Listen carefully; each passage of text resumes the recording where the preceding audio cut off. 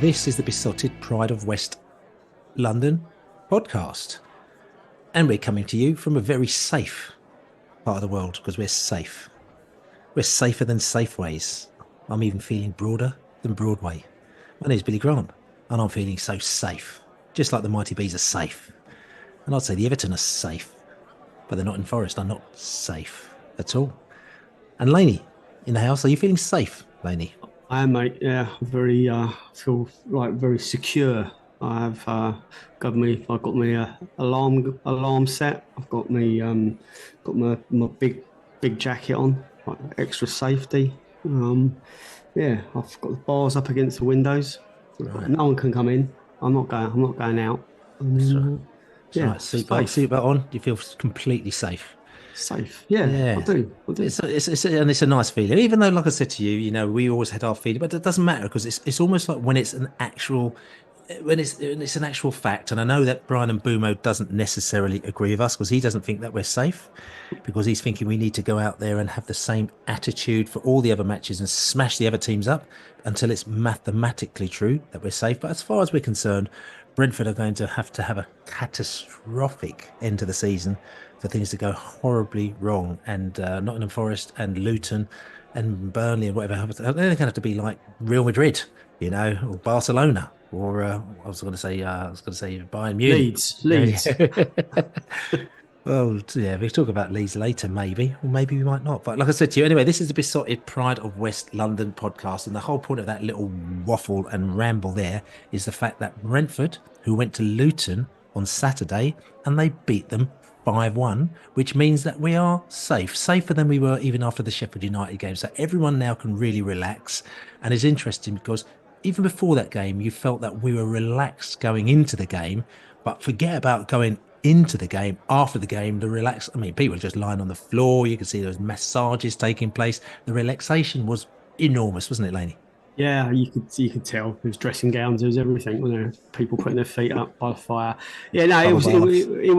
it was just a wicked day out, wasn't it? It was we got our attacking prowess back. And Brian and Bumo's just made such a colossal difference to us. And when we saw that there was no Ivan Toney again, you kind of thought, this could be difficult, but it was the least difficult afternoon of our season. And I'm not buying into the Luton were awful. I just don't think we allowed them to start their game plan. We set about them from the get go. They had a couple of chances, and you expect them to in their predicament, and with the intensity that you thought they were going to come up and out us with, but it just didn't happen. And as I said, I'm not taking it that they were just awful on the day. I just think that we were really professional. We were potent.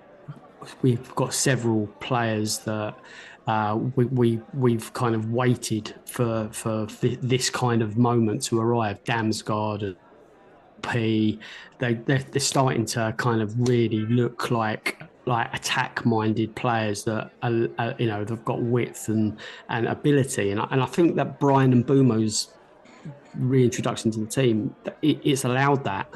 The ball goes to him. His first touch is just so brilliant, and he just, like, you can see defenders like gravitate to him, and he's always got an out. He'll play it back, and then we can switch wings, and it brings him being in the team brings so many others into the attack.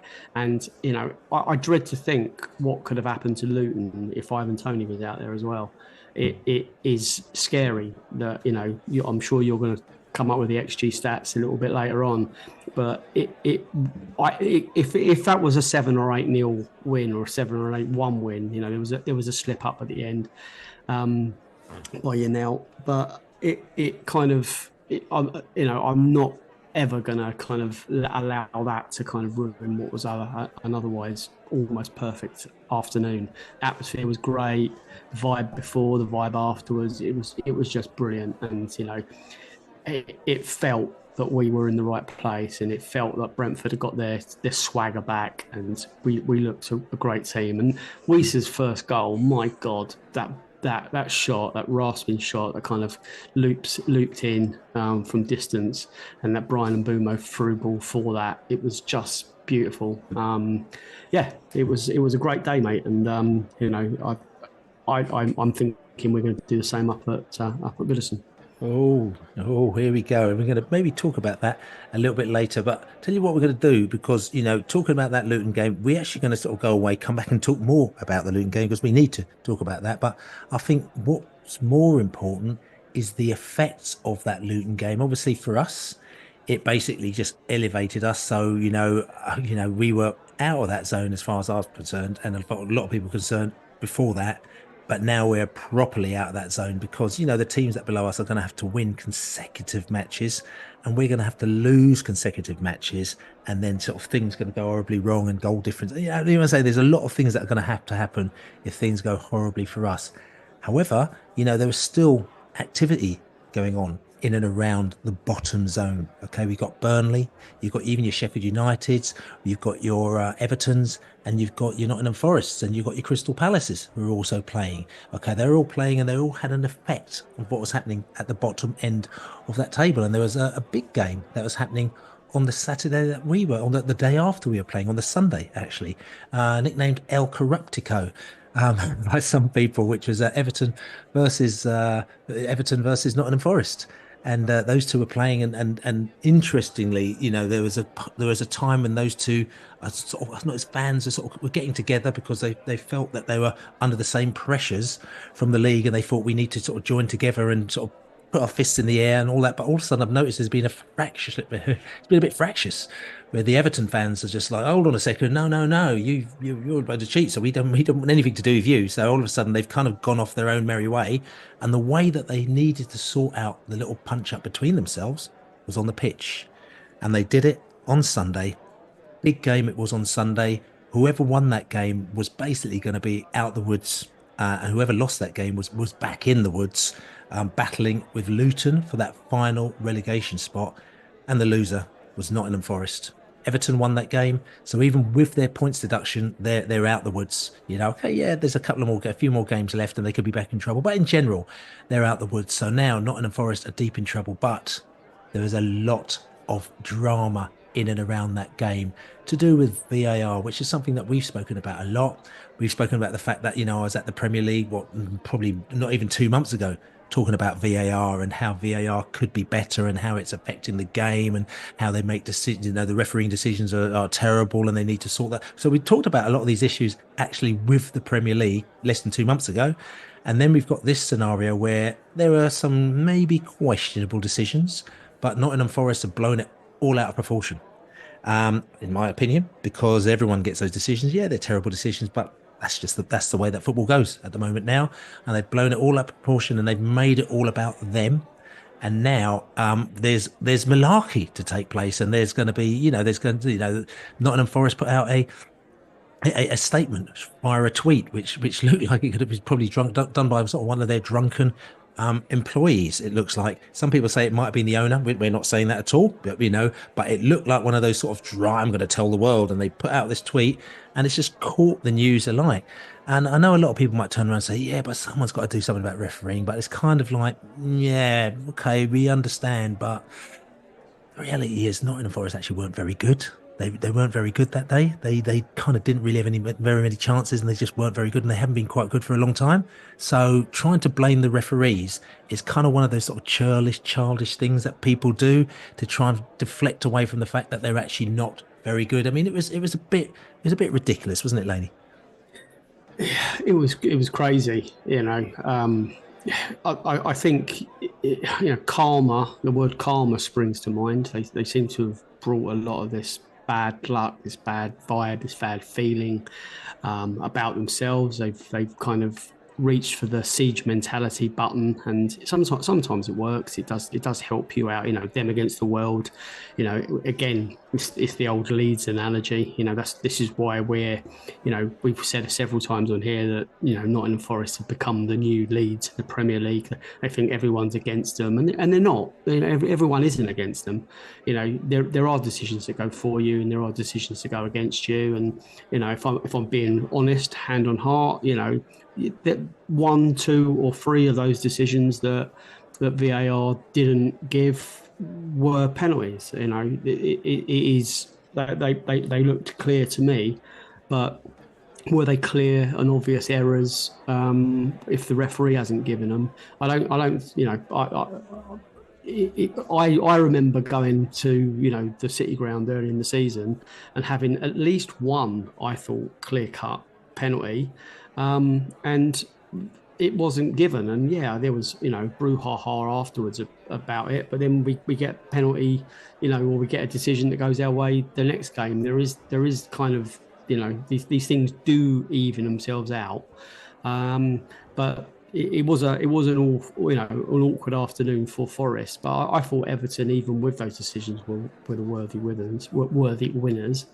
And to start pointing, in tweets, official tweets, saying Stuart Atwell was a Luton fan, and they've warned that he shouldn't have been on VAR that weekend, and to insinuate corruption and to insinuate kind of foul play.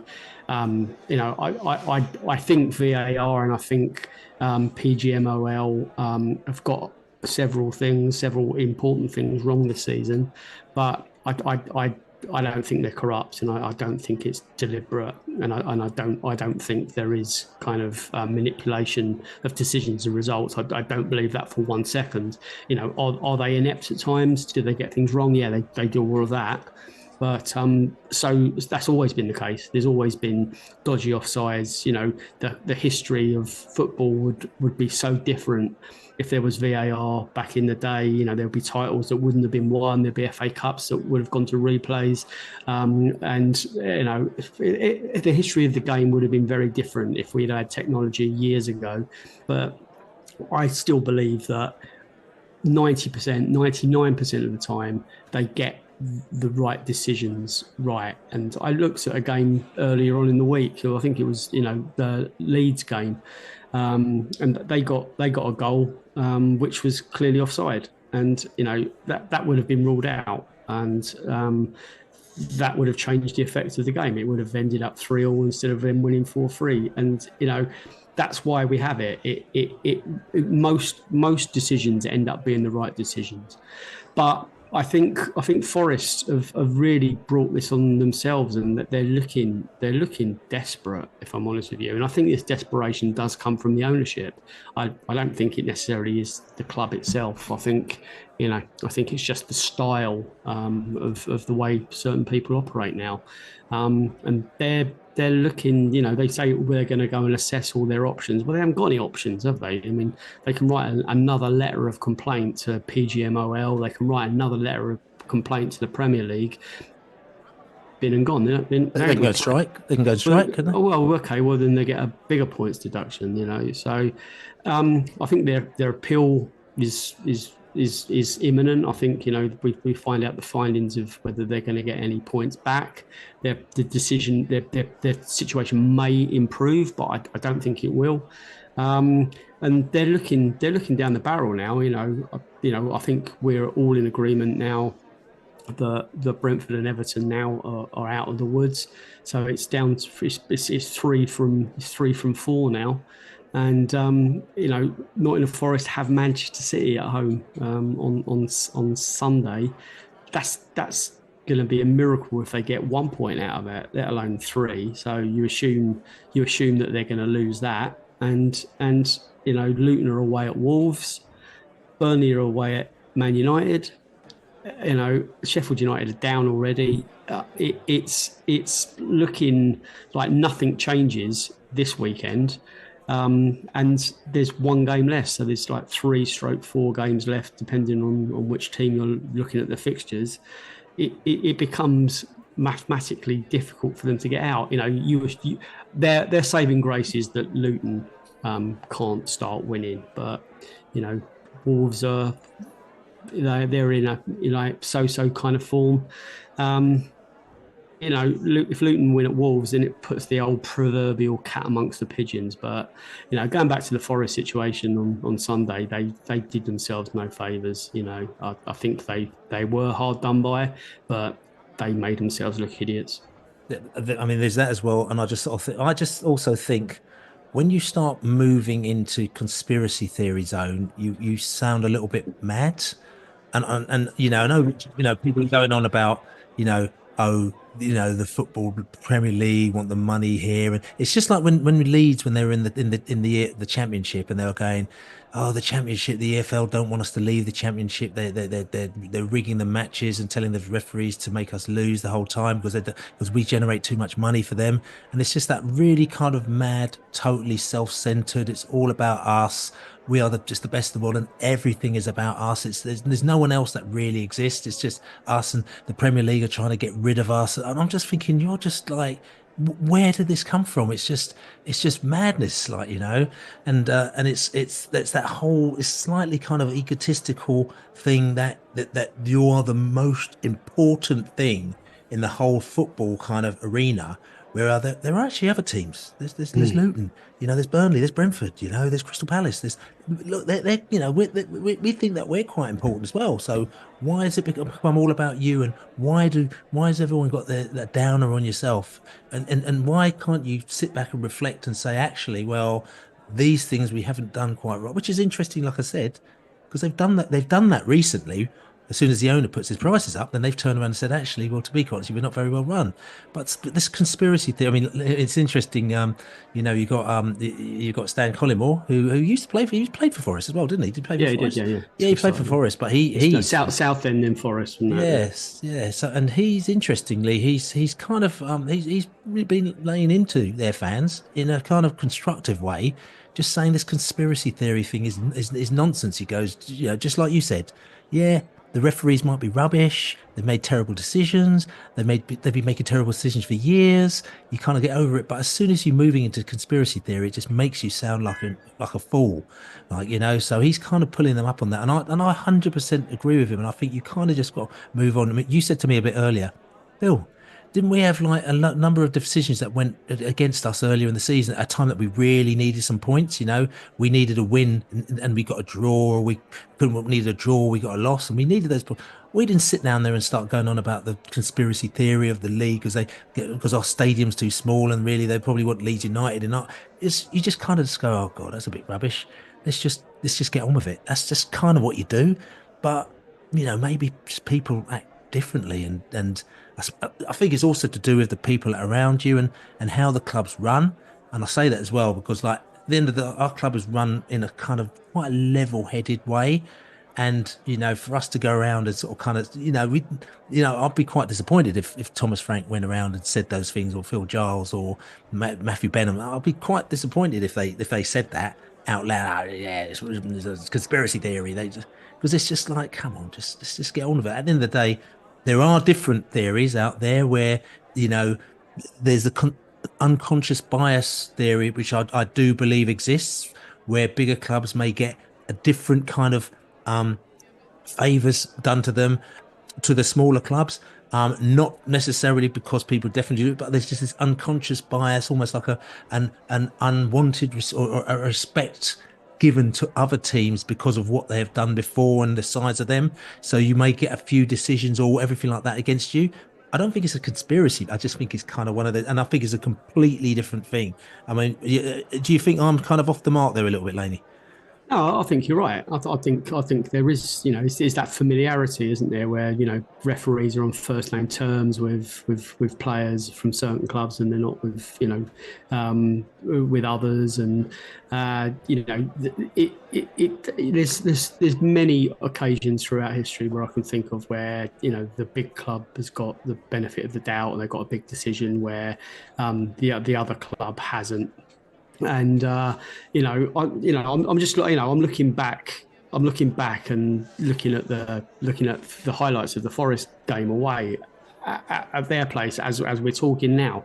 There's a handball that we don't get given. It was clear handball.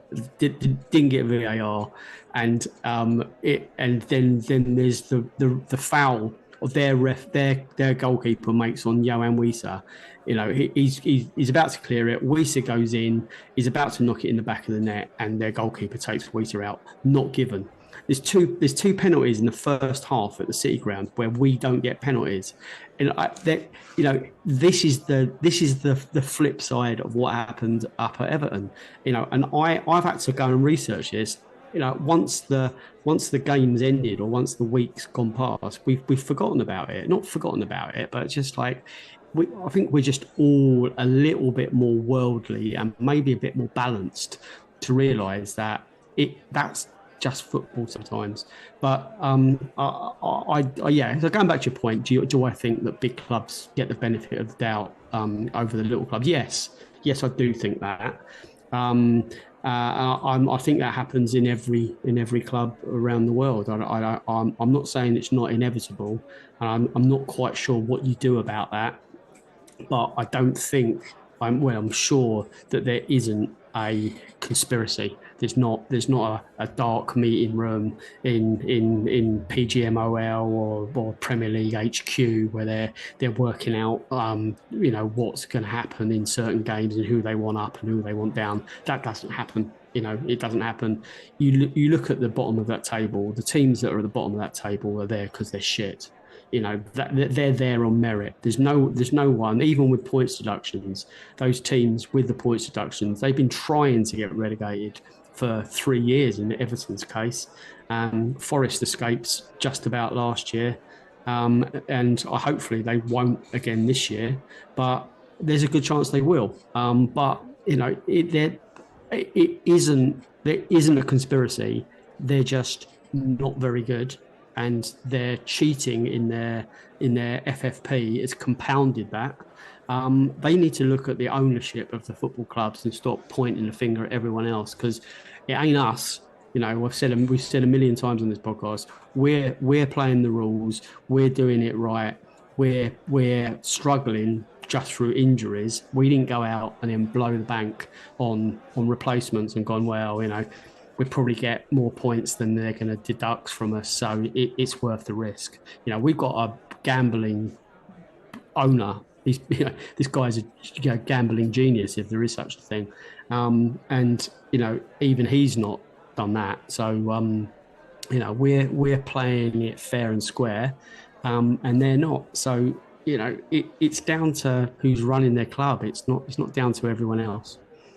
That's right. So, okay, listen, we'll see how it pans out. It's going to be very, very interesting next few weeks, as we're going to talk about a little bit later. We're obviously going to Everton on Saturday. Maybe we might be a little bit more relaxed when we go to Everton because we're playing Fulham the week afterwards, and maybe we blew a gasket at Luton and we might just chill out at Everton, which is what Forest fans obviously don't want to hear, and then we might focus our minds on Fulham. We don't know. We shall see what happens on Saturday. But anyway, Laney, I just want to ask a question. How good are you at quizzes? When you get sort of general knowledge questions, are you very good at that? Do you think? Going down the pub and answers?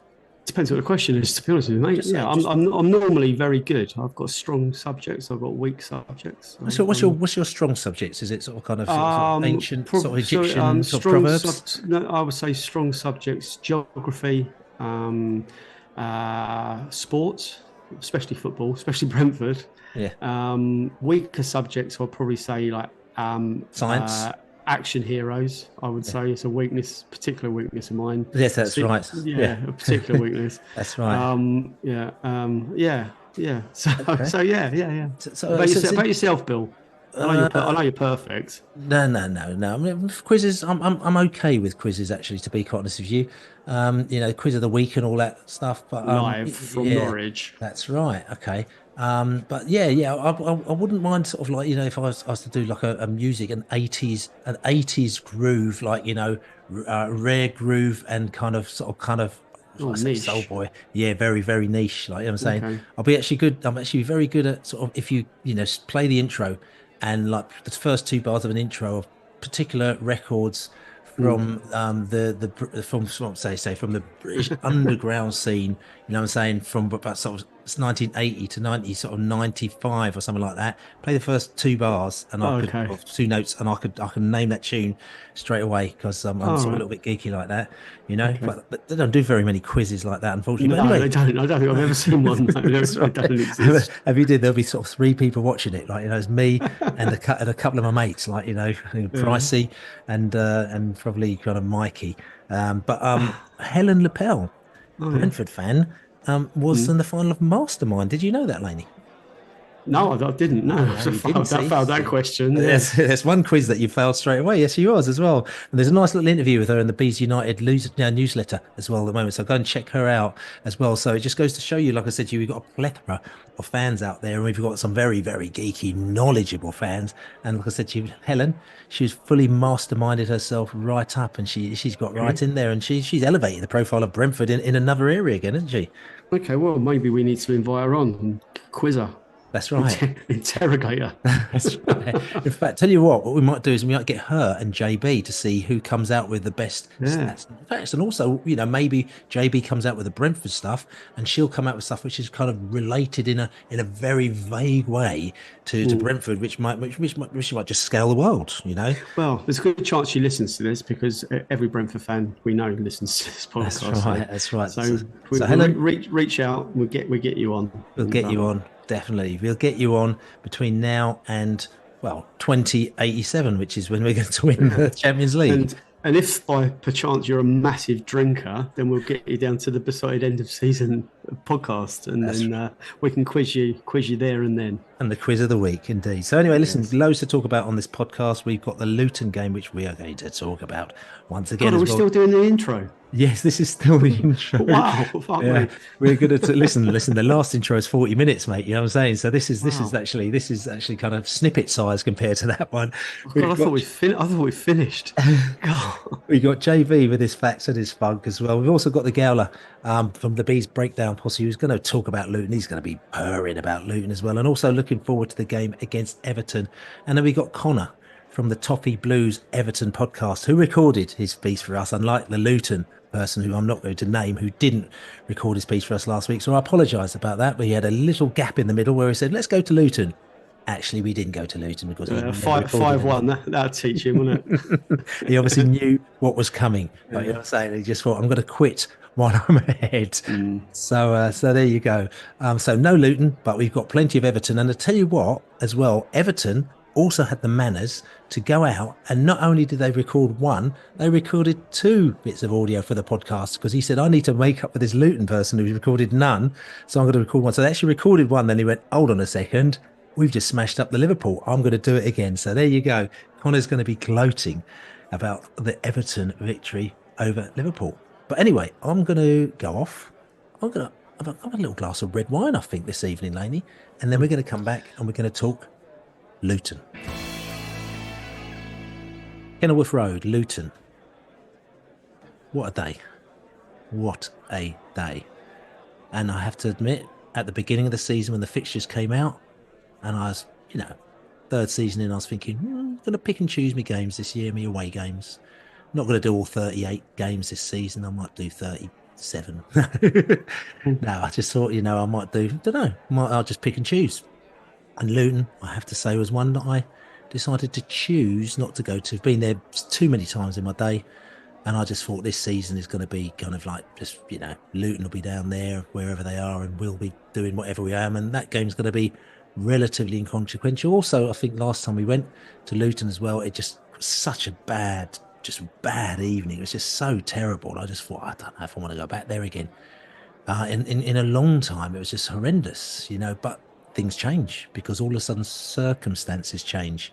And it just goes to show you, and I'm going to say this again, it's probably it's probably indicative of where we are at the moment now as a team who is building to get to another place. So we're almost in a state of no man's land at the moment now. So yes, we weren't doing particularly well this season, but we were never really in relegation trouble. So you didn't really have those kind of dangers that Sheffield United had. So that any game that they won, it was like, well, hey, So we weren't really in that kind of world. We weren't in the world where we're thinking we're going to get near to Europe. So you're kind of battling away and having excitement there.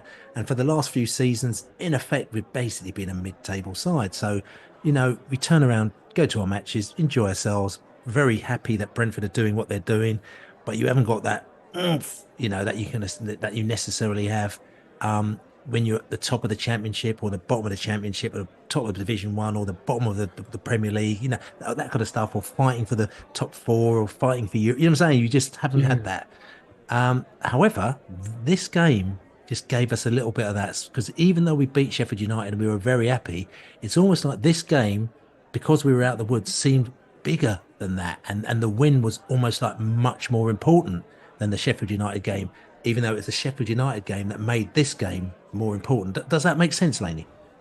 Yeah, yeah, it does. Yeah, yeah. I mean, we were looking at the fixture list, and when we were looking down the barrel a few weeks ago, and you're thinking, where's the next points coming from? Where's the next win coming from? And where, you're drawing with, let's be honest as well. There was a particularly tricky set of fixtures as well. We drew at home to Chelsea, and then we got Man United, and then we've got Villa, and you're looking at that lot of fixtures when you've kind of forgotten how to win, really, and you're looking thinking, this could be wrong, this could be going wrong, could be going pear-shaped. But then you're thinking, oh, we've got Sheffield United, then Luton, then Everton. They're the games where we're going to pick up points, and that's the way it's transpired, because we always knew that we were too good, really, with our players coming back, and with our kind of like A team, as it were. With Brian Mbeumo, I'm not going to heap it all on him. Other players have become good, but I think his re-emergence has allowed that, as I said earlier.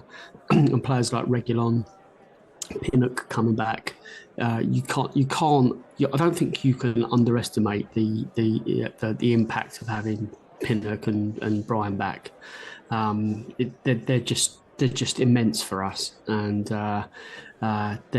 then you've got Norgard coming back into the team, and you all of a sudden you're looking like the Brentford that we know and love from last year. We're looking very much like we were last year. So yeah, it's just a relief. It's just a huge relief that we go to Luton, and you're right. And I wasn't looking forward to it. I said last week, but I saw it in a different light. We went to a couple of good pubs before. You did your research, and it all paid off, and we had great breakfast with Paul, and thank you very much. And yeah, and said really, really appreciate it. And I'll mention that point was just sort of kind of, but the fact is that Laney also, we actually met on the train at 20 to 9, right? So at 20 to 9 in the morning, we were already on our way to Luton. We were in Harpenden, just outside Luton, before 9 o'clock in the morning. And to me, that is Fact. a proper away day. And Yeah. one of those things that have been very much missing, I think, in the Premier League, where people are just taking a lot of things for granted, including the away day. So for me, I'm just thinking, getting out of the house on the train, getting to where we're going before 9 o'clock was a biggie. And then obviously we got Spidey Holland as well, who met us, took us back to his house, met his wife, and cooked us a lovely breakfast and everything like that, which was great. A nice little tea up, talked a bit of Brentford as well. In the Hollands pad just outside Harpenden, somewhere in the middle of Wheat Hampstead, I think it was, near to Brocket Hall, which is actually where Alicia Dixon got married to Harvey from So Solid Crew. And I was at that wedding, actually, but that's a separate issue altogether as well. So that's just down the road from Spidey's house as well, and then we went off to Harpenden, and we were still in Harpenden by just after 10:30, which is brilliant. We met the Scary Carey and the crew in a pub. There was a few bees already lined up in the boozers at 10:30 in Harpenden. I was very impressed by that, which is all good. And after that, it just kind of went uphill from there, didn't it, Laney? Yeah, and we weren't drinking at 8:30, 8:45, but we were in pubs for just gone 11, so it was responsible drinking to take place, I believe. I still remember, but yeah, it was just a really great early start to the game, and we at that stage we don't know how the day's going to pan out, and we're still expecting Luton to chuck their worst at us, but as you'll hear shortly from the Luton fans that we spoke to, or you spoke to after the game, they were just in awe of Brentford. To be honest, there was, they were kind of properly tipping their hats to us, and they said we're the best team they played this season. And you have to remember they gave Man City a proper go at Kenilworth Road. Arsenal. I'm not going to call it the Kenny, which seems like it's overly familiar for a lot of pundits are calling Kenilworth Road the Kenny, like it's like they've got the right to call it that. I think Luton fans can call it that if they want, but everyone else calls it Kenilworth Road. So I think Arsenal had to really dig deep to get anything out of that. Got their visit Liverpool. Yeah, Liverpool should have lost. So, we came out of that with Luton fans going, "My God, you've got some team there," and I'll have to turn around to you, Bill, and say, "Yes, we have." Yes, indeed, we have. We have. Indeed. So about time. And about time it's not about time. It's about time we're able to go and show the world again what we're about, because they've got short memories, but we got long memories because we watch our team every week. We know exactly what they're about, and Thomas Frank knows exactly what we need. And tell you something, who else knows exactly or knew exactly what we need is the fans in the pubs and in the stands after the game. We're going to go back to Luton to listen to both the Brentford and the Luton fans as to what they said straight after that match. Never in doubt, never ever doubted we had any chance of going down for the last 4 or 5 games. We've started to turn in some decent performances, getting players back, playing our really strong football. We were fantastic at 5-1, flat as Luton. To be fair, it could have been 10, but I thought we were brilliant today. We went at it, we were at it the whole way through. We never stopped going for it. I think we were just magnificent. It was a real shame about losing a clean sheet in such a sloppy way, but we made a right racket. Luton, for them, they would have seen this as a winnable game coming in. You never heard their fan. Very disciplined performance. I thought they came with a game plan and executed it perfectly. And to be honest, we look different class to them. We're getting players back, and it shows just when you get people like Ethan Pinnock back, Christian Norgard, it makes a big difference, and that's what we've been missing. We must make sure that we don't suffer like that next season with the injuries. But obviously we're safe now, and it's a great feeling, and I shall definitely be having a glass of wine tonight. I felt that we had a big result in us. I felt this season there was always one game in the season where we were going to tonk a team, and I felt today was going to be team tonking. Oh, Dave, 4-5-0, and it's just a shame we let that goal in at the end. But that's a 5-0 performance. I have no doubt we had no pressure on us here today. Injuries coming back, we came off a win. Everything was aligning for us, and the lads stepped up. I can't think of any player out there today that didn't perform. Everyone stepped up. It's a physical game. Luton aren't a bad side. I think they had more possession. They played it around. Physical team, not dirty team, physical, and our lads stepped up to that. But you can see the quality, the difference between the two teams. Fantastic performance. I think that we could have beaten anybody today. It's good to see the confidence now is starting to flow. We're as a unit, as a team, we're playing really well. We're hitting form now at the business end of the season, and those horrible games we've had, this is now making up for it. And I think we took our goals well.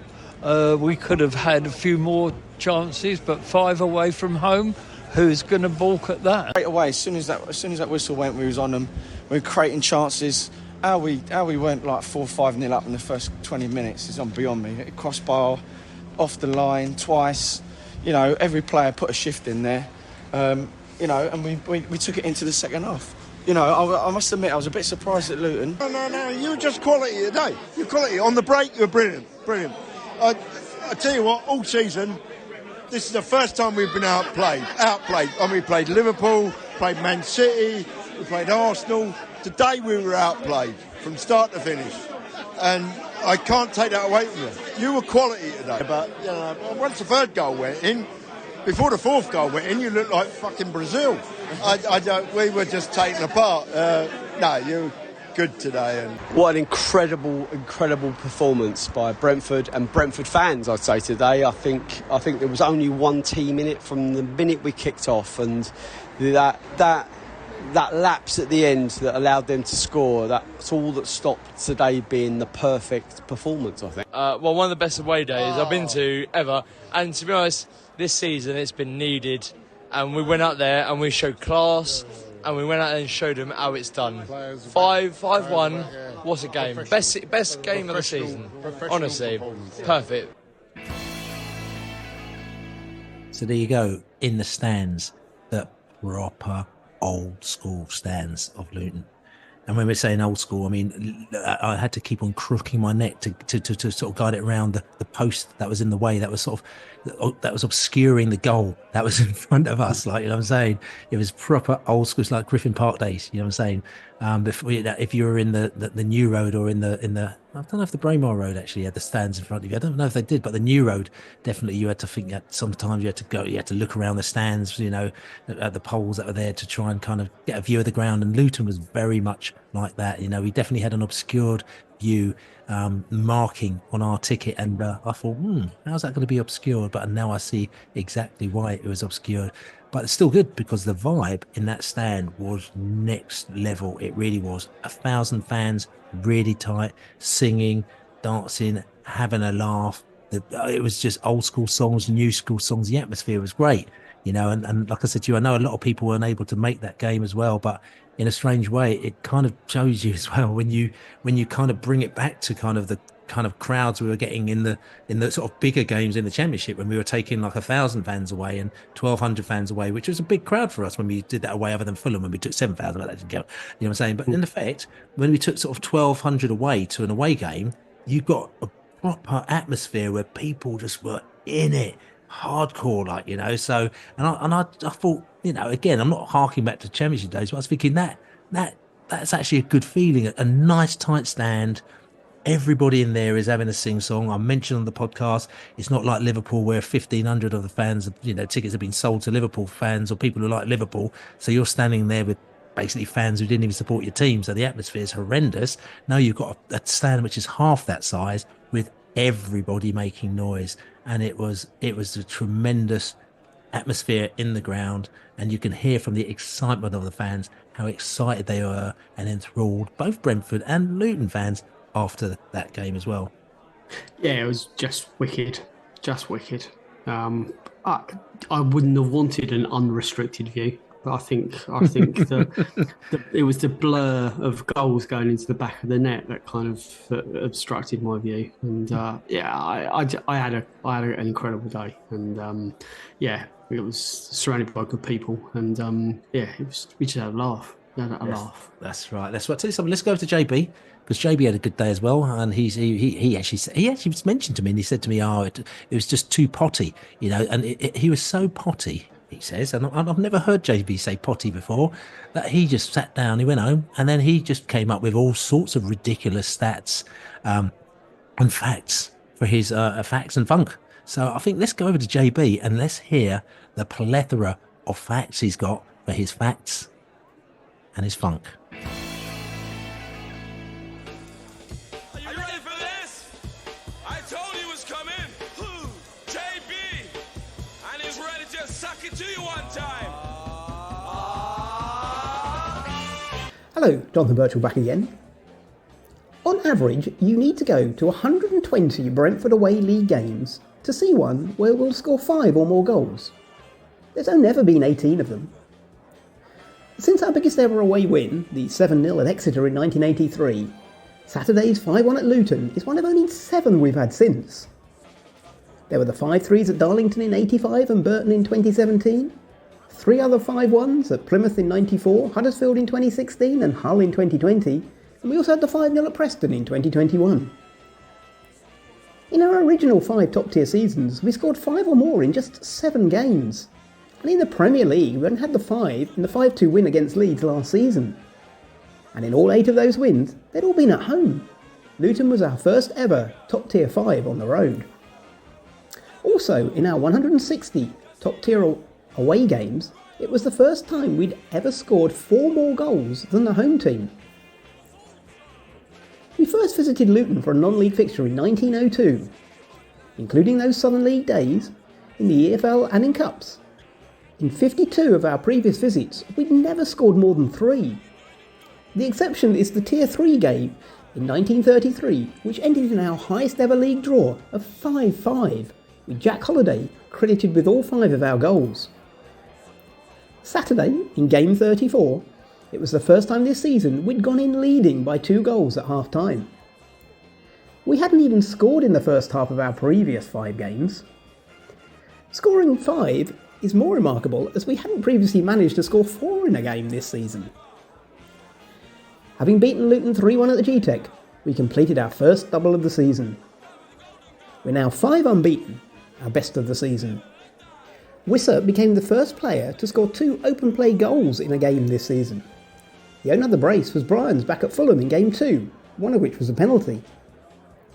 Wisser's current return of 6 goals in 9 games is his best in a Brentford shirt. Ivan Toney has made it to double figures in each of our 2 previous Premier League seasons. But back in the 1930s, Jack Holliday, Di Hopkins, Dave McCulloch, Bobby Reid and Billy Scott did likewise. So Johan Wisser reaching 10 goals makes him only the 7th Brentford player to break double figures in the 8 top-tier seasons in our history.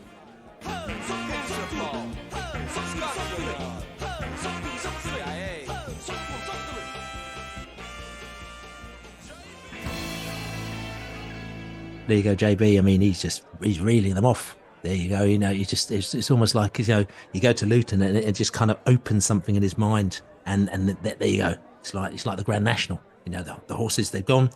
Mate, it's just no stopping him. You see, JB's done a bit of modelling today. He's been modelling one of the old school, because JB is old school. He knows the old school facts and funk, and the new school as well. He's been modelling one of the old school Brentford shirts, the old school, the sort of burgundy, sort of kind of Burnley-esque, claret and bluey kind of thing. Yeah, he has. Yeah. So I wonder if he's got any sort of, you know, maybe we can ask him next week to give us a little bit more stat information on the size of the stripes on that shirt or something like that. How many shirts had sort of stripes of a certain thickness? Yes, let's get him on to do some shirt facts and funk next week, I think. That's right. Okay, we'll get him on because there's not many. We haven't got many more podcasts left, so he needs to keep them going, crank him up, doesn't he? Yeah, exactly. Definitely, yeah. So, but anyway, listen, going back to the Luton game, because we'll talk about that Luton. So that Luton game, right, so Laney, okay, so I'm going to just, first of all, I'm going to go to whoscored.com and I'm going to talk about the top performers in that match. And according to whoscored.com, that's whoscored.com, the top performer was Johan Wisser with 9.3. Wow. Okay? Yeah, right. Okay, he's like on a next level. They're going. Then there's Brian Mbumo 8.9, Sergio Reguilon with 8.5, Christopher Ayer with 7.7, and Damsgaard with 7.7. So all the top performers, unsurprisingly, are Brentford fans. But it's just interesting to see where, you know, I mean, I thought Wisser was on fire. The defence was definitely terrified, and they definitely thought he was right up there as well. Total shots, we had Keane Lewis Potter with 4, Ayer with 3, Mbumo with 3, Chong with 2, and Pinnock with 2 as well. Tackles, we had Damsgaard, who was on it, mate. He had 7 tackles from Damsgaard. Then you had Doherty with 5, Janelt with 4, you had Reguilon with 3, Ayer with 3 as well. And Mbumo was top of the dribblers with 3. And then we had a load of Luton fans, which I'm not going to mention any of their names, who were on 2 as well. So, but you know, so that's kind of where we are with that game. Just talking about, you know, Brentford players. I mean, Laney, I know we talked about Brian and Mbumo. He was the person that every single Luton fan just talked about in the pub afterwards. They said that was, how do you mean? We just said Mbumo. He said, oh my God, they said he is just on another level. They said, we've not seen anything like it down here. He's just come down, he's just terrorised us. Your team is better than, you know, Man City and Arsenal. They just gave us all the plaudits, but it's lovely when somebody else says it, when we're trying to tell other, I mean, like I said to you, I go to Radio 5, I go to the Monday Night Club, I talk to Mark Chapman, I talk to all these characters, and I try and tell them, and they're like, yeah, Bill, rose-tinted glasses. But it's brilliant when it comes to the fore and the plan comes together, and then people actually really see them real football fans. And forget them pundits who just watch it on Match of the Day and they see little 2-second clips. Proper football fans who go to football week in and week out tell you those things, because for me, their opinion is much more important than these pundits who are in and out and just got a soundbite, because that's just the job that they do. Brian Mbumo was brilliant. Yohan Wissa was unbelievably on fire. But I'm thinking also we should mention the fact that we've had a few players come back in. Okay, so Pinnock, not only did he score a goal, but defensively we realised what we were missing, didn't we? Yeah. Well, he is too good in his aerial prowess. Is too good to be taken out and not have an impact. And we were just waiting for him to come back, and to see him start was just a huge relief, because we knew, we thought we were going to get loads of balls pumped into the area, and he was the one that was going to kind of not bail us out, but he was an insurance policy against that aerial bombardment, because he was so good, and that's exactly what happened, and not only did he prove it in his own area, he came forward and he headed a goal as well. And seeing the Brentford players pushing forward to come in front of the Brentford players, he's quite, I think he's just shy, or he's not sort of a big braggadocious kind of player. So he's a modest player, and the players pushed him to come and to come and accept the adoration from the away end, and he did that. And at the end with the players come over. It's not something that we see all the time, but it felt right to do it then.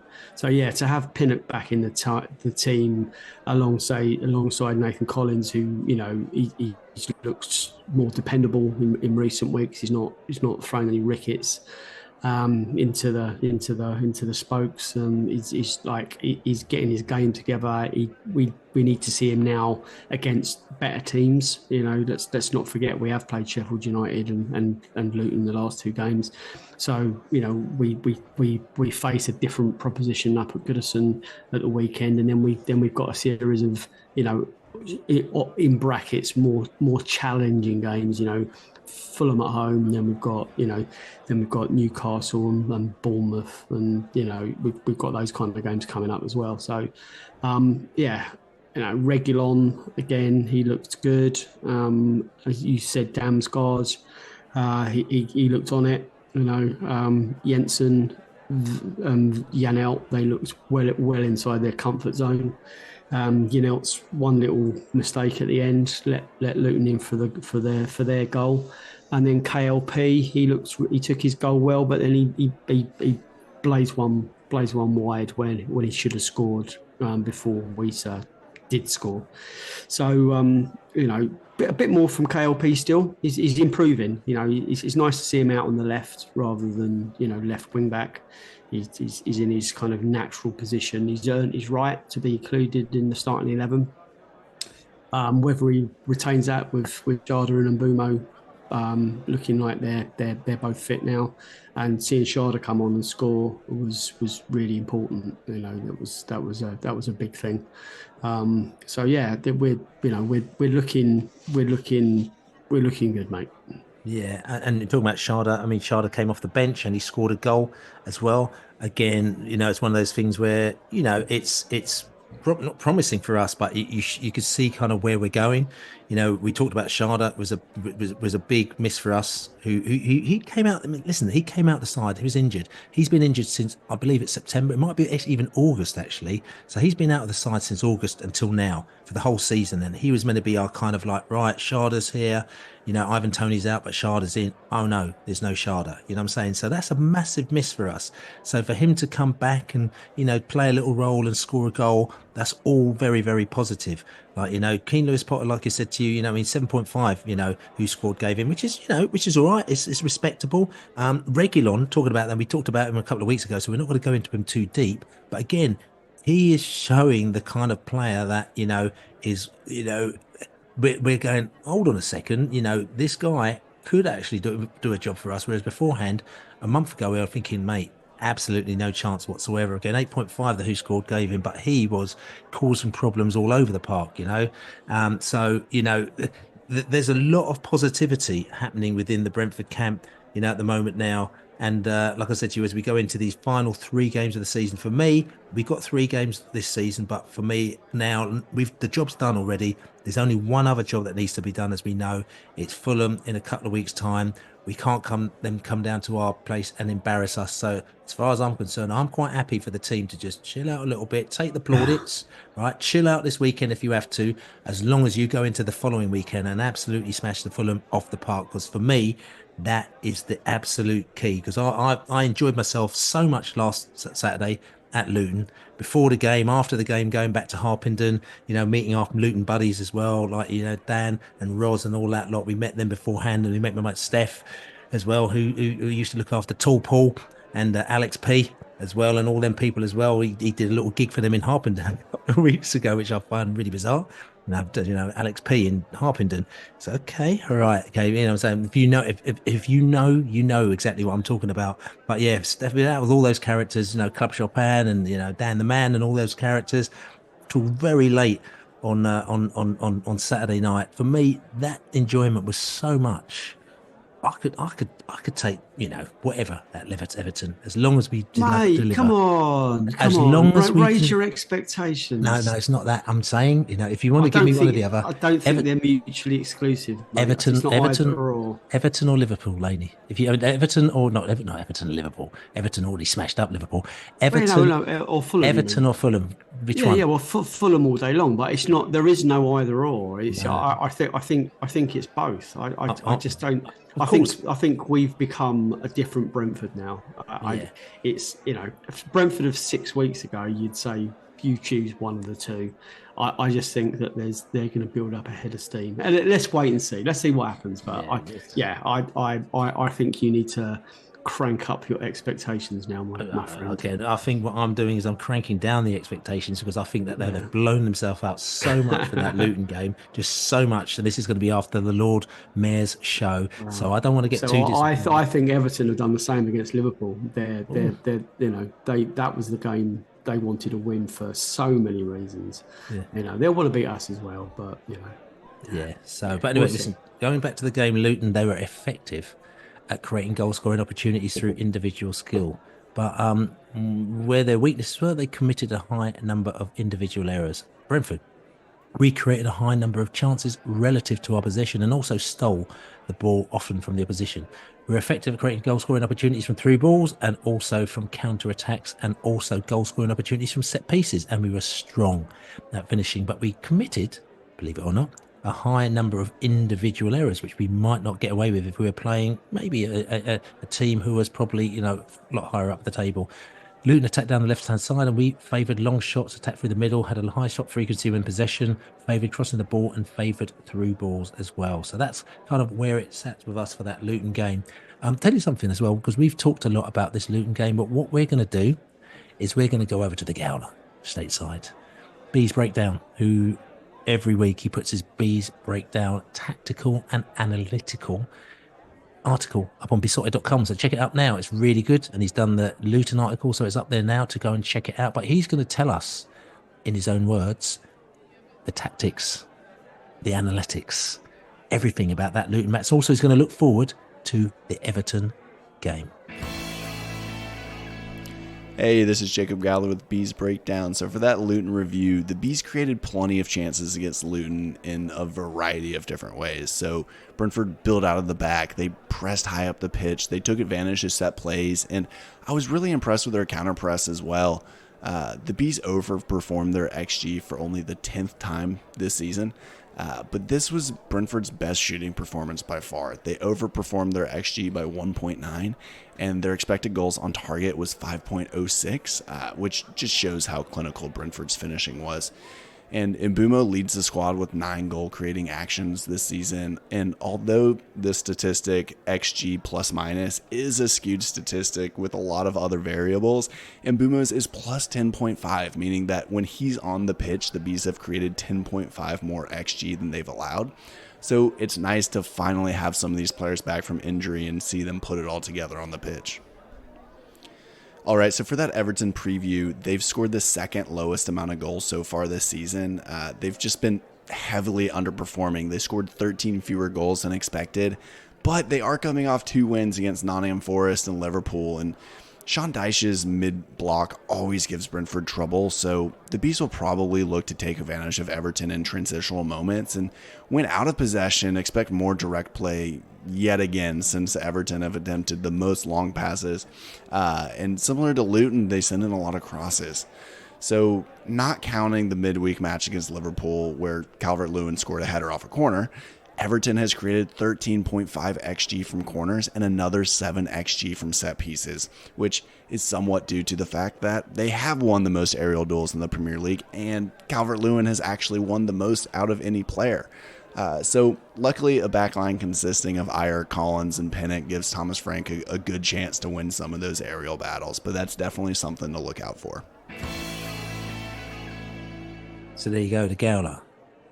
Jacob Gowler, stateside, Bees fan, knows all what's going down statistically and tactically with the Bees, and he tells us all, and a lot of people, no, don't tell the world because then they're going to just beat us. Doesn't work like that anymore. if teams ain't doing this, then they're just in all sorts of trouble, to be honest with you. So as you said, I think XG wise, we know that we created a lot in that game. XG, I'm not sure what the Gowler said there, but I think it was 3.14 to 0.59. Luton did score a goal. It was a bit of a fluff on the Bees' behalf, Pretty much we gave the ball away to them. Ball comes back and they beat the goalkeeper. 0.59. So they didn't create a huge lot in front of goal. Just looking at the shot chart there, they had about 1, 2, 3, 4. They had 4, 5 shots in the area, including the goal as well. 1 from outside the area. That's all that they had. So 5 shots is that Luton had, whereas we had quite a few, but we didn't have as many as, I can't remember where it was. I think it was Man United, where we had about 7,422 shots. We still couldn't score a goal, but we still had 1, 2, 3, probably 1, 2, 3, 4, 5, 6, 7, 8, 9, about 12, 13 shots in the area, including 6 very much close on the 6-yard box. Sort of big high XG chances. Kevin Sharder, 0.69 or 0.44. So basically 1 out of 2 of his shots would have gone into goal. We had Keane, Lewis, Potter, who scored 0.63, so 6 out of 10 normally would have gone in the back of the net. I mean, some proper good, really good opportunity chances. Ethan Pinnock, his was actually 0.1, which is goal. So 1 in 10 normally hit the back of the net. So fair play to Ethan for that as well. So his was kind of relatively a difficult chance, but he actually still managed to slot it in the back of the net. So which is all good. And I look at another opportunity as well, was Johan Wieser, who scored from outside the area as well, and his was 0.08. So it was 8 out of 100 of those normally hit the back of the net. So again, that was and the way that he took that as well was just phenomenal, which was great. So tell you something, really proud of the team, exactly what they've done there. We can probably talk about that Luton game from now until probably till the end of the season. But we need to stop talking about Luton. We need to look forward to our next game, which is going to be Everton. We're going up to Everton on Saturday. It's going to be a 5:30 kickoff. It's going to be on the television, and we are looking forward to that game now because we know we can relax because everything is nice and relaxed. You know what I'm saying? We're going to go away. I'm going to have another sip of my wine. We're going to come back and talk about Everton. Everton, Saturday, 5:30 kickoff. They've had a big game. They've won their big game. We had a big game. We won our big game. Everton on the big game front. Who's had a big game? Right, we've both had a big game, but I think on the big game front, Everton's going to turn around and say to you, yeah, you might have had a big game, but we've had a bigger game. We've had a bigger win than you, because we've basically stopped Liverpool from winning the title. Whereas what you've probably done, you may have relegated Luton to the Championship. Now, which one is a bigger W? That is a big question. And I would argue relegating Luton, probably something that we didn't want to happen, especially after the away day, because we do base our kind of footballing world on the quality of the away day. And if we enjoy away day, we don't want teams to be relegated from our league. So Sheffield United, we're gutted about, because it's a great away day, but they're going to be gone. Whereas Leeds United, really rubbish, and we're very happy they're gone, and we're keeping our fingers crossed that they never come back again. Anyway, Everton on Saturday, Laney, they got a big win. You believe that they may have blown a gasket. Do you think that we're going to get a result out of this one, and why do you think that? Yeah, I do. I think we could get a really good result out of it. I say that because I watched the game last night, and they weren't that good still. They were okay. They were okay against Forest, and the goal. If you've seen the goal that they beat Burnley 1-0 at home, it was just the biggest gift in the world. The goalkeeper shot it against their player, and it ended up in the back of the net. That was the winner, 1-0.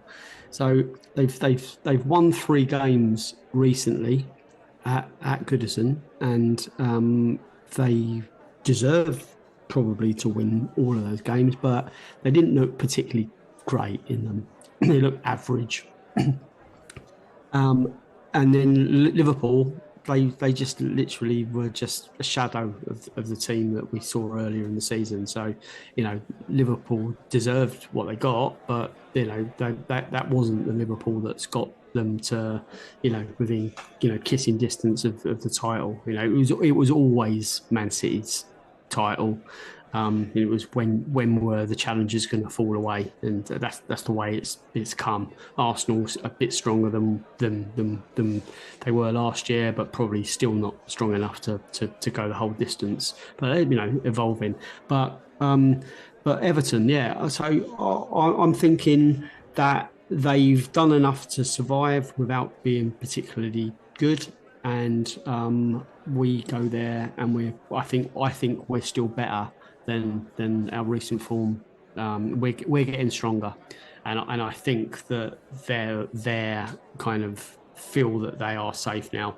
All their effort was going to go into that game, and rightly so, on last night against the Reds, and they come out and they've got an incredible result, and so fair play to them. Let's see how Saturday pans out. But I honestly, I'm actually really excited to see us again, because I think now we're the Brentford that we know and love, and I think I'm hoping and expecting some better and bigger things for the rest of the season.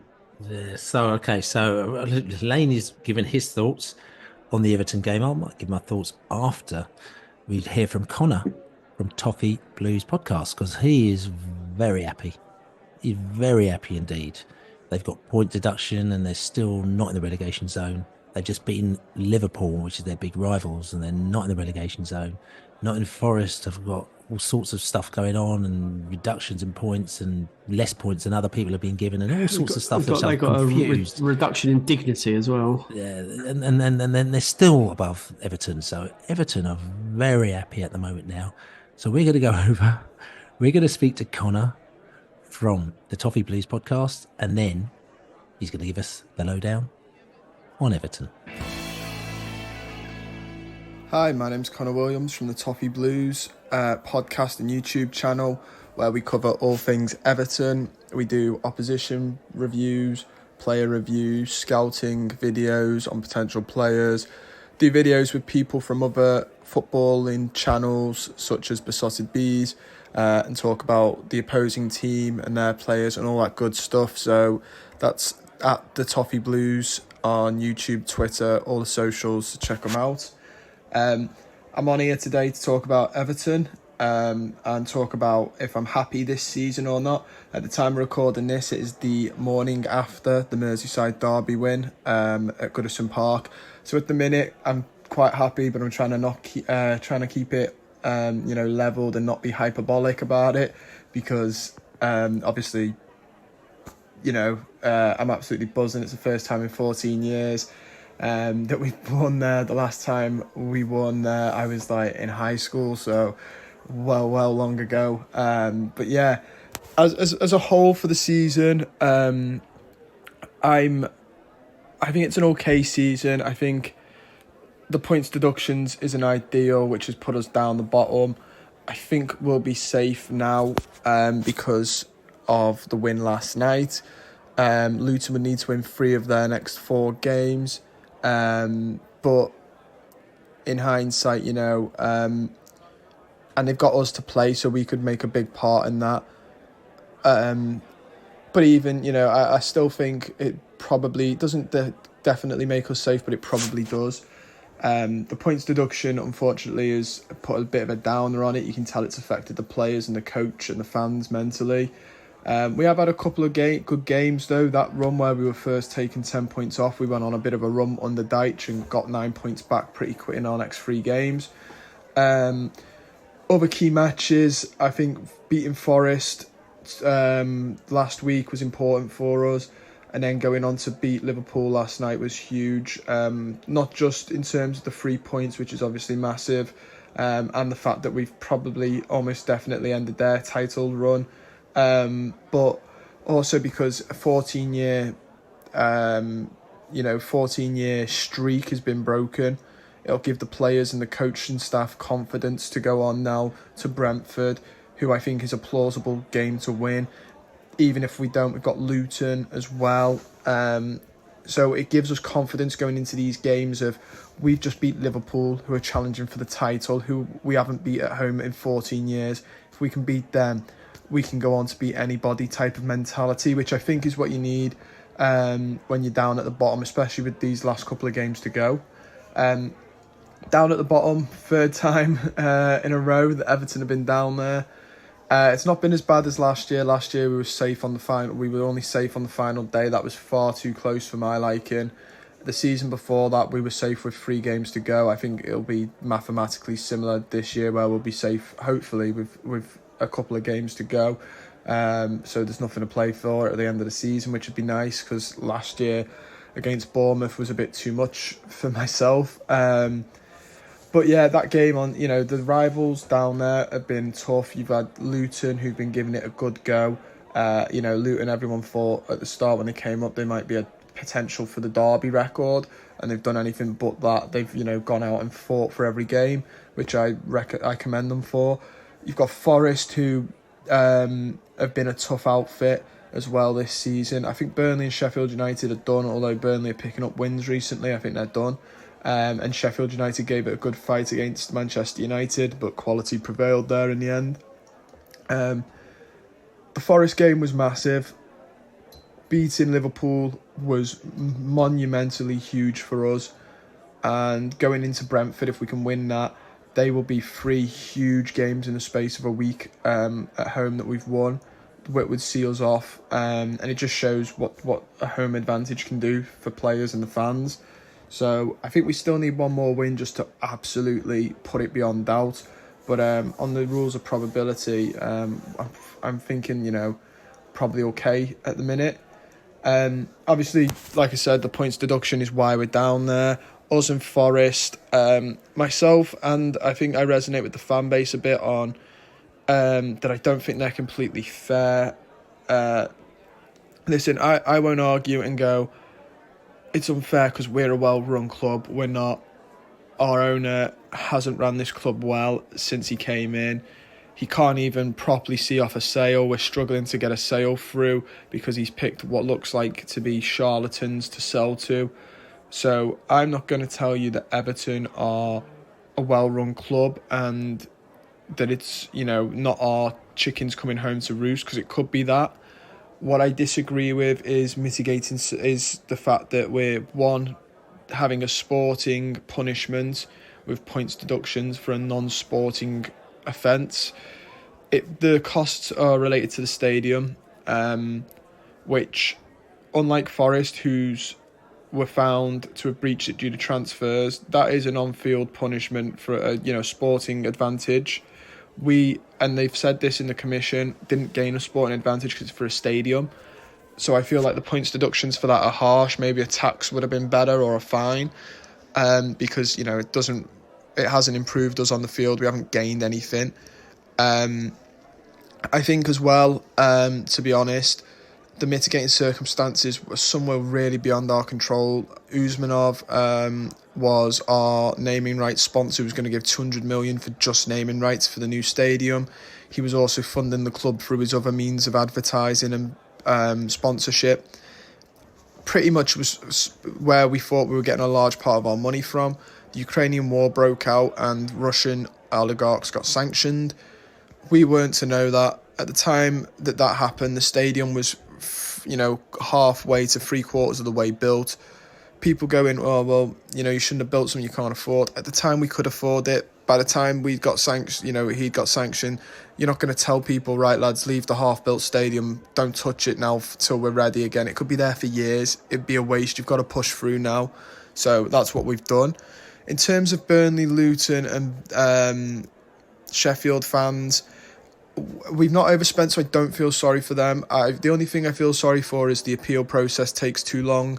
You could have a situation where Luton don't know how many points they need, think they're safe. The appeal comes back, points are given back to us or Nottingham Forest, which will see them go down. Nottingham Forest and ourselves don't know where we stand, but neither do Luton, and for that I feel sorry. But let's be brutally honest, if a points deduction wasn't hit with us, we'd be 8 points clear of Luton than we already are, and Forest would be 4 points clearer than what they already are. So Luton would have been gone a long time ago. They're only still in it because of the points deduction, so I don't feel that sorry for them. I do think, though, that we're starting to realise with Forest and us that it is the top six versus the rest of us. We're stuck in a situation now, and you're seeing it with the other clubs who are a bit cautious of being caught like we've been, where they're planning on selling their best players in the summer to the top six just to keep out of the PSNR sanctions. That just helps the top six grow and kills the competition from below. And the only way you can really avoid that is to be like a Brighton or a Brentford, which is fantastic setups for the club and a really sustainable way to build the club. And I am envious of Brighton's project. And I think what you guys do at Brentford is very, very brilliant, clever as well. You created, brought in the Moneyball aspect, which is fantastic. And buying players that are underappreciated and undervalued. I think that's a fantastic way to go, but that takes years of building up. So we could do that, but that would take years to come, whereas we've decided we've got the money, we're just going to put it in. Once the stadium comes up as well, that'll help us, more tickets in the gates. We'll be able to rent the stadium out to stuff, gigs and stuff like that. The income from that will be amazing. But I do feel like when you see Chelsea, who are getting past it by all sorts of dodgy means, hotels and all that, and you see City that are going to win another Premier League title, possibly, at the time of recording, and an FA Cup, it does sort of smack you in the face a bit when you're being deducted points and they're doing that. We've got Sean Dyche. I really like him. I know some of our fans don't. I don't fully understand it because I think he's everything Everton fans want. He instills a team that work hard, fight, they're physical, they take the most out of their set pieces, they love their heading goals, they love counter-attacking football and trying to hit hard and quickly on the transition. He speaks brutally honestly as well about himself, the players and the situation. On paper, he's what a lot of Everton fans would describe as their ideal man. I think he's unfortunately tainted by a wider perspective of this idea that football can only be played one way and it has to be pretty. It doesn't. Football can be played any way to get you a win. At the end of the day, it's a results game and results are what matter. He has had a tough season. I think the squad have had a tough season. He said that, though. He said after the 6-0 to Chelsea, to the players, he was brutally honest and was like, do you want me to get sacked? Am I going to be another manager you see out the door? Or are you going to get your acts together and change history? And since then, they've done that. So, you can't knock him for that. And I think he's got the great skill set to build, to set us up for, hopefully, the next manager, who I hope will be in a couple of years because he's still got work to do, and will set us up to go back to where we were. The actual squad itself needs a bit of improvement, especially for the way we want to play. I think we need a bit of pace down the sides, down the wings. Dwight McNeil is a fantastic football player. but he is being asked to play nearly every game and is looking exhausted sometimes. Jack Harrison, I've not been overly impressed with. I think he needs to be a bit, and I don't think he's got the pace. Fullbacks, that right-hand side is really rotten because behind him we've got either Ben Godfrey, who's not a attacking fullback, or we've got 38-year-old Seamus Coleman or 38-year-old Ashley Young. That right-hand side really needs some sorting out. Do I think they could be doing any better? Only about a position more. I think the squad is limited. There are some players that I think have had a bad struggled, but are better than what they've been producing. Obviously, Branthwaite and Onana are fantastic players. I think they'll leave in the summer, unfortunately.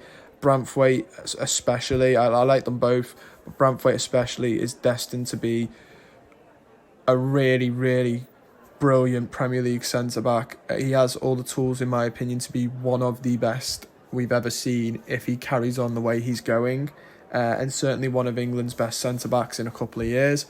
Onana is a fantastic midfielder as well.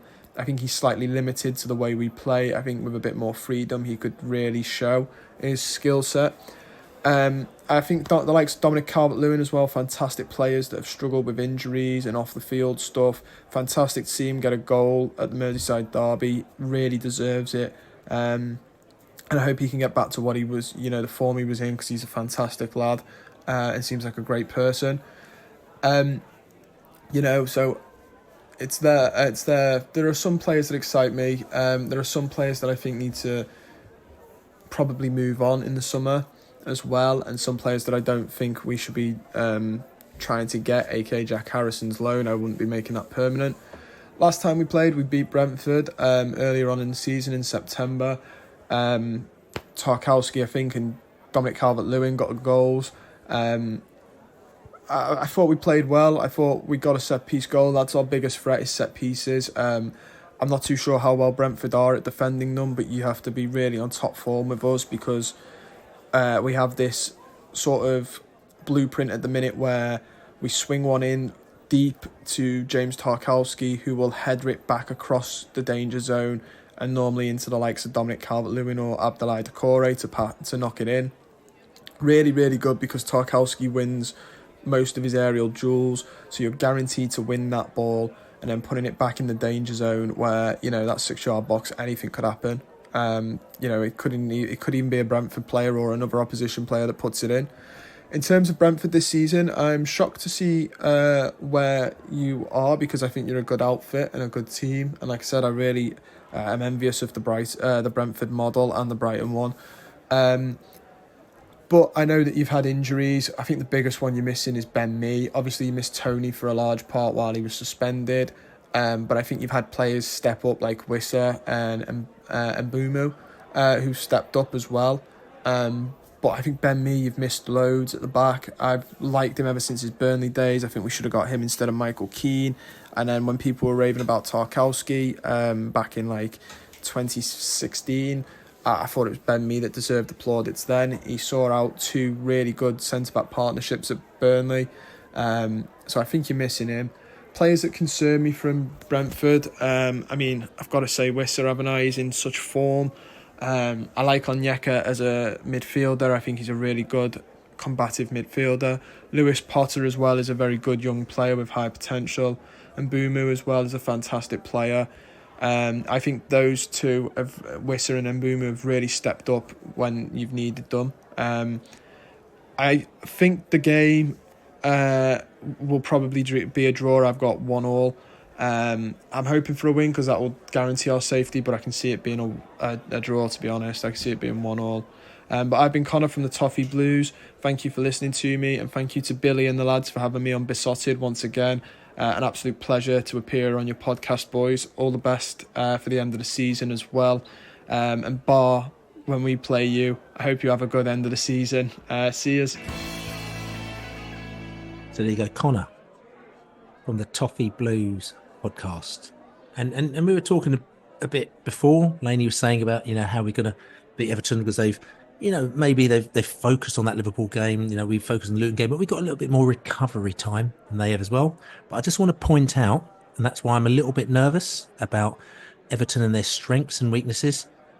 Everton, very strong at attacking set pieces and at creating scoring chances, and also in the air they're very strong, and protecting the lead they're very strong, and they're also strong at stealing the ball from the opposition. Where they're weak, keeping possession of the ball, avoiding offside, avoiding fouling in dangerous areas, and they're very weak at finishing scoring chances. So they attempt crosses off and take a lot of shots. They play wide down the right, take lots of long shots, long balls, and they pretty much keep the same first team. So a lot of things for us to worry about there for Everton. You know, again, considering they are the position where they're in, but then you have to remember they're in the position they're in because of the points that have been deducted. If not, they would be, very safely mid-table, if not even a little bit higher. So you can kind of imagine that's kind of probably pretty consistent with kind of where they are without the points deduction. And there are a few dangers there for us. The one thing I'll say, with Ethan Pinnock back in the side, I feel a little bit more comfortable with the aerial duels and the set pieces scenario than I would have been maybe 2 or 3 weeks ago, when that was a major problem for us. Yeah, I mean, our record against Everton is not particularly good, is it? We beat them at their place 3-2, and we've beaten them, at Griffin Park, at the G-Tech in our first season up. But they seem to, they beat us earlier in the season, they bashed us earlier in the season, and the game at their place last year was 1-0, and it was a 1-0 defeat. And we gave away a ridiculous goal from what I remember. So although they've been struggling, they've done okay-ish against us. And you compare our record against West Ham compared to our record against Everton. You would think Everton were way worse than West Ham, and we'd do a lot better. So they're scrappers. They know how to dig in deep. They know their strengths and they know their weaknesses.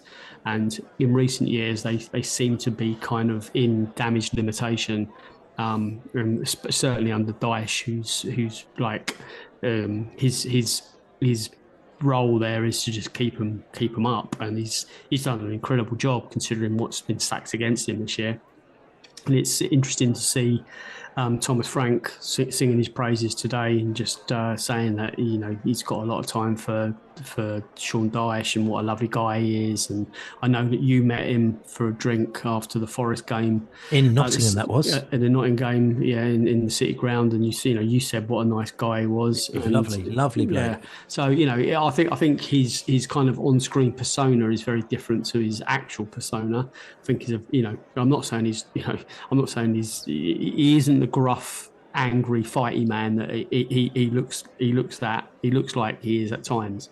I think he's I think he's a very decent bloke, and if Thomas Frank likes him, I think is a pretty good judge of character. So anyway, so going back to the game against Everton, it could be attritional, but I think we can both have that kind of end of season vibe about us. We can actually play in a different kind of game plan than the game that could have taken place maybe 4 or 5 weeks ago. I think both teams know that they're, apart from some sort of miracle of losing a 20 goal advantage and losing every game, and the other teams around us kind of, hammering, like Nottingham Forest beating Man City 6-0 just to take a chunk out of their goal difference. I mean, these things aren't going to happen. So we can just approach the game in just a little bit more of a chill vibe, which, it could be a really cracking, high-scoring game. That's what I'm hoping for, and hoping we win. Yeah. So, talking about high-scoring game, give us a score prediction, Laney. I'm going to go 3-1 Brentford. Oh, 3-1 away from home.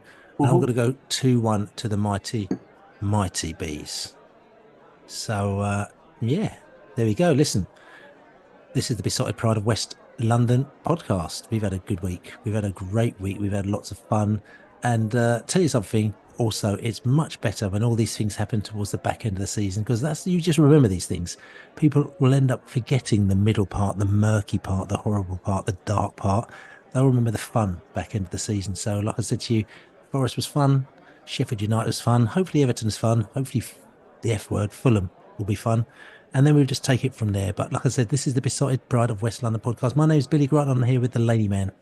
Good afternoon.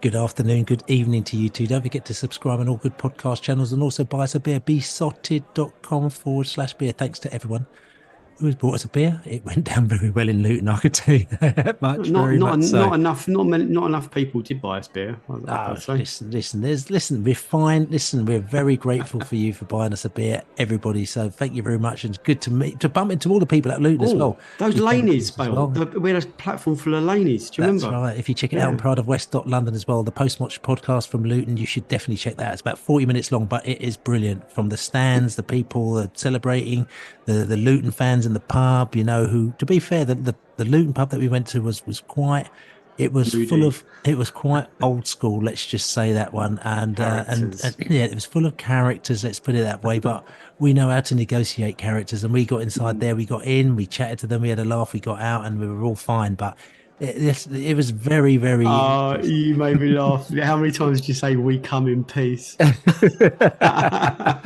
Listen, I had to set my stall out very early on, like, what I'm saying. So it's just, it's very difficult walking to a pub when you've just beaten a team 5-1, stick a microphone under their nose, and then just carry on as normal, as maybe somebody from Fulham or somebody else might do. But you've got to do it very tactfully and very respectfully. So, and that's what we did. And we were there, and we had a good few drinks with the Luton fans before we headed back to Harpenden. But like I said to you, this is Besotted Pride of West London podcast. Thank you very much for listening, everybody. We will catch you at the weekend.